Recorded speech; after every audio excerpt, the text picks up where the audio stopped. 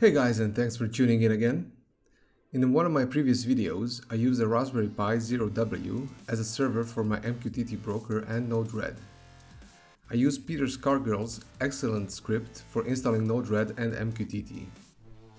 Back then, I used diet.py as the image, as it had the nifty text config file where you could change the wireless SSID, IP address, password, etc.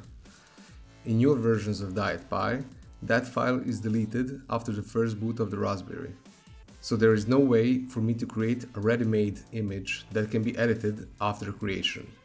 And as many of you don't have an USB to go cable for the Raspberry to add a keyboard and change the configs manually, and because some of you asked if I could make a guide for a headless install of the official Raspbian Stretch Light image with Peter Scargill's script on the Raspberry Pi Zero W, here it is. But before all that, I have to give a shout out to the sponsors of this video, JLC PCB. JLC PCB is a professional manufacturer of prototype PCBs. Prototyping PCBs has now become much faster and much cheaper, so make sure to check out their website. You can get high quality PCBs produced in 24 hours, and they recently added a great feature where you can choose whatever color PCB you like for the same low price, starting at $2 for 5 PCBs. I highly recommend them as I have used their PCBs on my previous videos and they all came out perfect. So be sure to check out their website for great prototype PCBs for your projects. You'll need to have Etcher installed, the image flashing tool for SD cards, an SD card reader, Notepad++ as a text editor because I saw when editing with Notepad on Windows there can be some problems when saving and reading the config files for the Raspberry. The PuTTY program for SSHing into the Raspberry Pi after installation, and of course the Raspbian Stretch Light official image file. I have put links in the description for all these files. Once you have downloaded and installed all the necessary programs and files, insert your SD card, open Etcher, select the Raspbian Stretch image file, select your SD card, and click Flash. This will take around 5 minutes, and if everything went well, you should see the Flash Complete notification. Next, remove and insert your SD card again, and open your File Explorer and find the boot drive of your SD card. Open Notepad++, create a new empty file and save it to the boot drive with the name SSH. Create another new file and paste the text that I provided in the wpa_supplicant.conf file from the video description. Change the SSID value to the name of your router's SSID and the PSK to your Wi-Fi password. The key management field is set to WPA PSK as that is the encryption protocol that I'm using. When done, save the file to the boot drive with the name wpa_supplicant.conf. Your SD card is ready for the Raspberry Pi, so remove it from the card reader and insert it into your Raspberry Pi and connect the Pi to power. Next, you'll have to find your Raspberry Pi's dedicated IP address. You can do that by logging into your router. It should have a status section where it shows connected devices. I'm not going to go into detail on how you can do this because every router is different.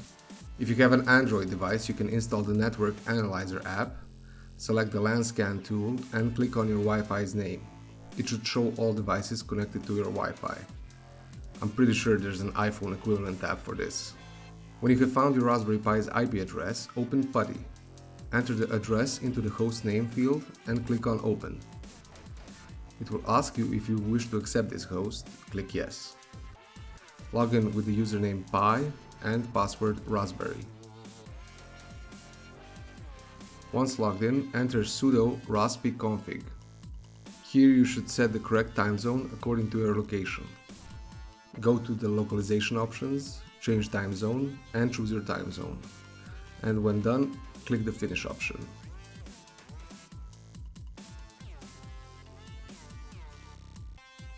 Next, do the sudo apt update command. And after that, sudo apt dist upgrade command.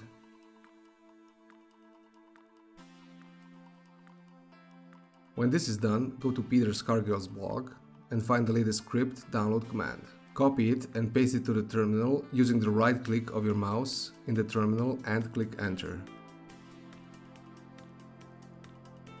When downloaded, enter bash script.sh. After a minute, you should see the package selection tool.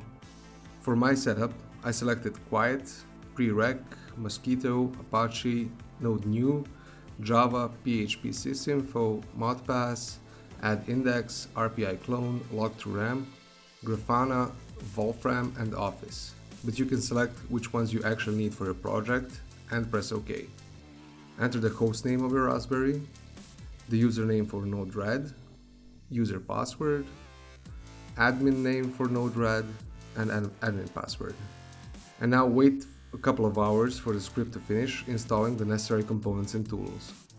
Peter Scargill did an excellent job with the script, and I would like to thank him again for making our lives a lot easier. After about 2 hours, you should see that the script is finished, and you should restart your Raspberry Pi. Enter rm script.sh to remove the script file, and sudo reboot to restart your Raspberry Pi. After a minute or two, if you enter your Raspberry Pi's IP address into the browser, you should get the index page displayed. From here, you can test out all the packages you installed using the script if they are working. And that's pretty much it. You should have a ready-to-use fresh Raspberry Pi setup with Raspbian and plenty of useful tools. I really hope you liked the video and that it helped you out. If you did, please consider liking the video and subscribing to my channel, as it does really help me out. You can check out my other interesting electronics, sensors, microcontrollers and home automation videos, and I'll see you in the next one. Cheers!